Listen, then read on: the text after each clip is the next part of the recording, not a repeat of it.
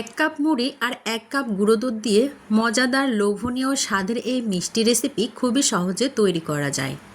ঘরোয়া স্বাদে নরম তুলতুলে দোকানের মতো এই মিষ্টি রেসিপি একবার বানালে বারবার বানাতে ইচ্ছে করবে। একবার কাউকে খাওয়ালে সে বারবার রিকোয়েস্ট করবে এই মিষ্টির জন্য।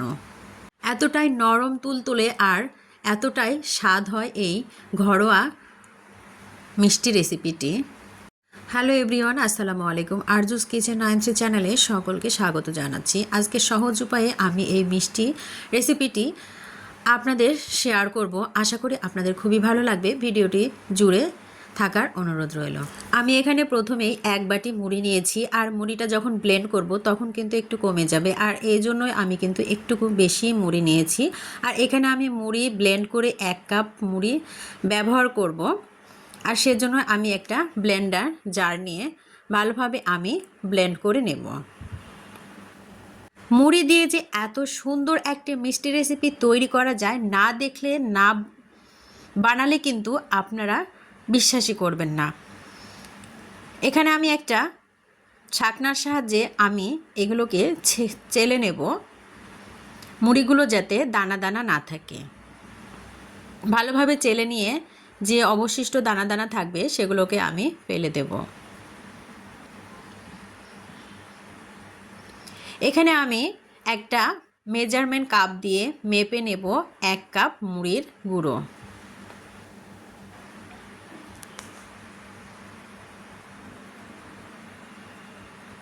প্রত্যেকটা স্টেপ ফলো করলেই কিন্তু নরম তুলতুলে দোকানের মতো এই মিষ্টি রেসিপি তৈরি করতে পারবেন। অবশ্যই ভিডিওটি স্কিপ করবেন না। এখানে আমি এক কাপ পরিমাপ মুড়ি নিয়েছি আর এক কাপ পরিমাপ গুঁড়ো দুধ।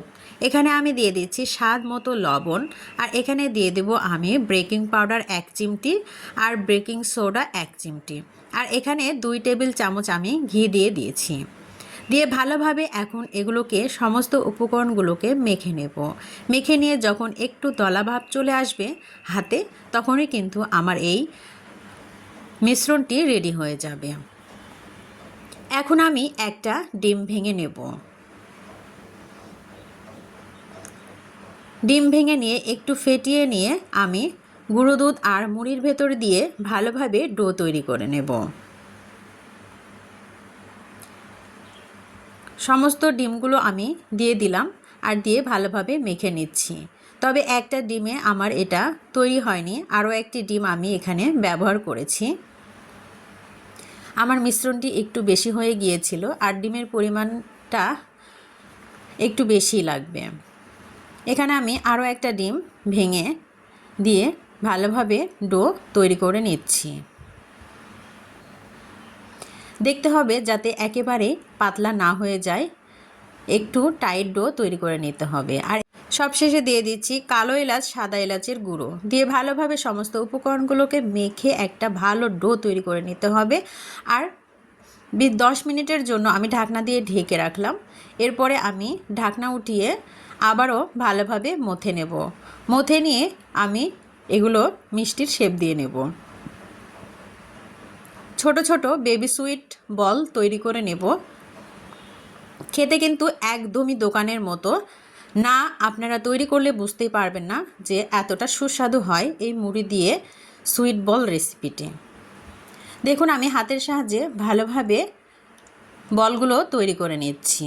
এতটুকু ফাটল থাকা যাবে না গায়ে, ভালোভাবে তৈরি করে নিতে হবে।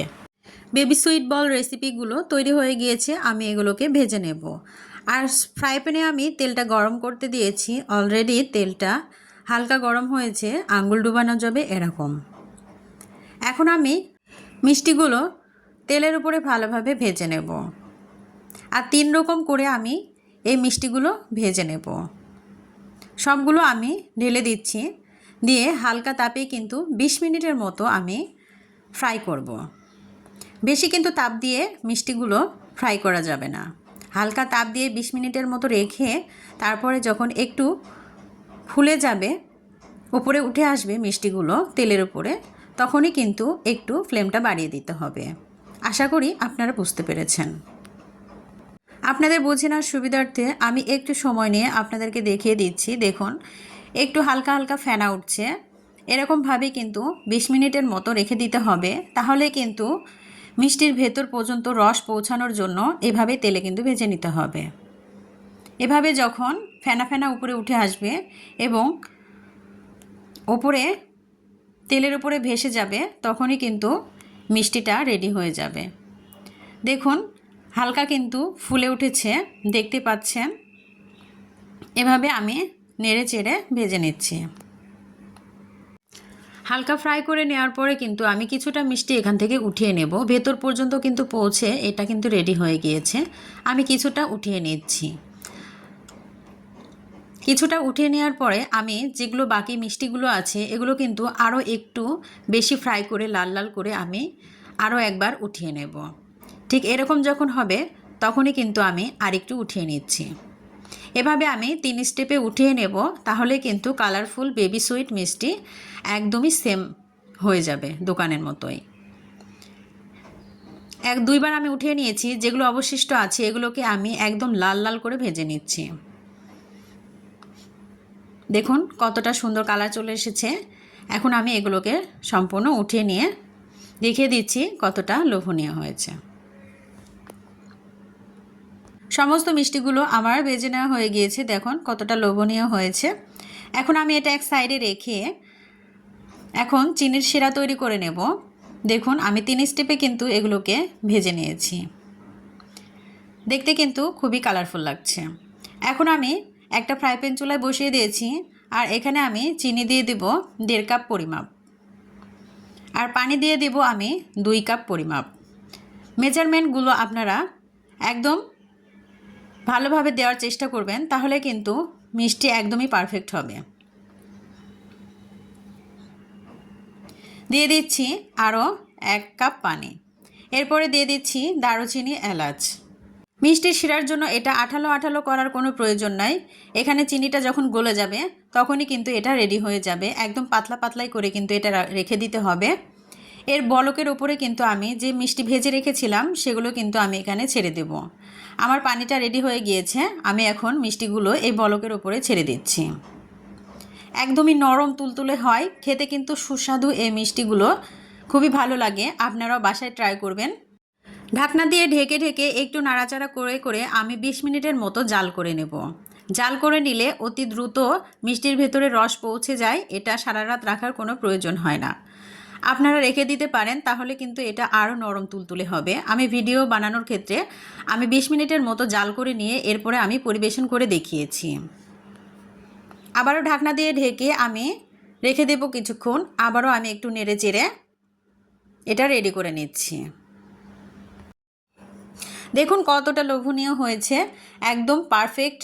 এই মিষ্টি রেসিপির জন্য আমার এই স্টেপটি অবশ্যই ফলো করবেন, তাহলে কিন্তু পারফেক্টলি এই মিষ্টিগুলো তৈরি করে নিতে পারবেন। আমি আবারও একটু ঢাকনা দিয়ে ঠান্ডা হওয়া পর্যন্ত রেখে দিচ্ছি। এরপরে আমি পরিবেশন করে দেখাচ্ছি কতটা লোভনীয় হয়েছে। আমি একটা বাটি নিয়ে নিলাম। এখানে আমি মিষ্টিগুলো ঠান্ডা করার পরে বেড়ে নিচ্ছি। দেখুন কতটা কালারফুল মিষ্টি, একদম দোকানের মতোই হয়েছে, নরম তুলতুলেও কিন্তু হয়েছে। আমি একটা কেটেও দেখাবো আপনাদের।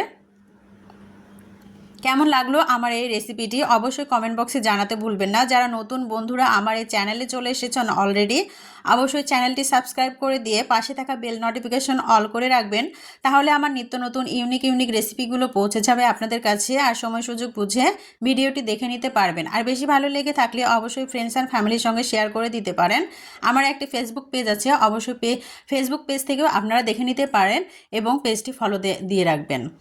এখানে আমি মিষ্টিগুলো পরিবেশন করে দেখিয়ে দিচ্ছি। দেখুন কতটা লোভনীয় হয়েছে, একদম নরম তুলতুলে। আমি ভেঙেও দেখাবো আপনাদের। আমার চ্যানেলে কিন্তু অনেক ভিডিও আপলোড করা আছে রেসিপির, আপনারা চাইলে ভিজিট করে আসতে পারেন। অনেক ইউনিক রেসিপি কিন্তু আমি সবসময় শেয়ার করার চেষ্টা করি আপনাদের মাঝে, অবশ্যই দেখে আসবেন। দেখুন কতটা নরম তুলতুলে হয়েছে, আর ভেতর পর্যন্ত ফাঁকা ফাঁকা হয়েছে, আর ভেতরে রস ঢুকে একদম টইটুম্বর হয়েছে। আশা করি আপনারা বুঝতে পেরেছেন। আমার রেসিপিটি আপনাদের কাছে কেমন লাগলো অবশ্যই কমেন্ট করে জানাতে ভুলবেন না, তাহলে আমি আরও নতুন রেসিপি নিয়ে আসতে উৎসাহিত হব। দেখুন আমি একটা দেখিয়ে দিচ্ছি ভেতরে কত নরম তুলতুলে হয়েছে। এতক্ষণ ধৈর্য সহকারে আমার এই রেসিপিটি দেখার জন্য অসংখ্য ধন্যবাদ। সবাই ভালো থাকবেন। আল্লাহ হাফেজ।